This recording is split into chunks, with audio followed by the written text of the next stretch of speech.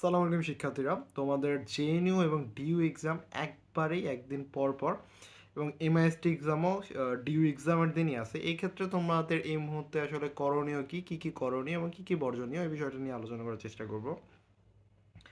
তো এই মুহূর্তে এসে যারা জেএনইউ এবং ডিইউ এর প্রিপারেশন নিচ্ছ, অনেকে এমআইএসটি স্কিপ করতেছো। ইটস গুড ডিসিশন, কারণ একই সাথে তুমি এমআইএসটি এবং ডিইউ দুই এক্সাম কভার করতে পারবা না। সো আমার সাজেশন থাকবে যাদের মেন টার্গেট হলো জেএনইউ বা ডিইউ, তাদের ক্ষেত্রে এমআইএসটি এক্সামটাকে স্কিপ করাটা বেটার হবে। এবং এর বাইরে এসে যে তুমি কিভাবে এই মুহূর্তে এসে প্রিপারেশন নেবা, এই মুহূর্তে যেইভাবে প্রিপারেশন নেওয়া উচিত, তোমার আলাদাভাবে জেএনইউ এর জন্য কোনো প্রিপারেশন নেওয়া উচিত না। সেক্ষেত্রে তুমি ডিইউ এক্সামে এটা মারা খেতে পারো।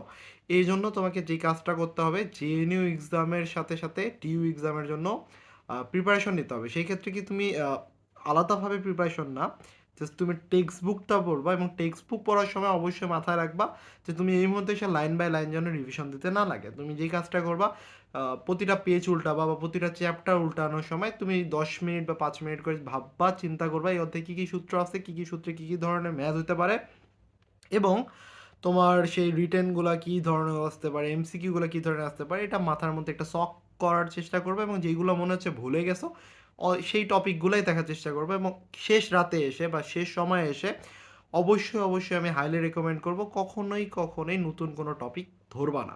এই সময় এসে যে টপিকগুলো তুমি পারো ওই টপিকগুলোই বেশি বেশি করে দেখবা, এবং যে টপিকগুলো পড়ছো আগে এবং মনে হচ্ছে এখন ভুলে গেছো, এগুলো দেখার চেষ্টা করবা।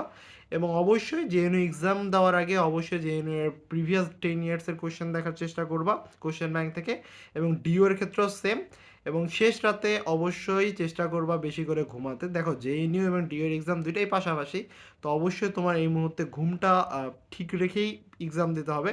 যদি একটা এক্সাম খারাপ হয়, পরবর্তী এক্সামটাও খারাপ হবে। এটা একবারেই মাথার মধ্যে রেখে ঠান্ডা মাথায় যে তুমি ঘুমানোর চেষ্টা করবা।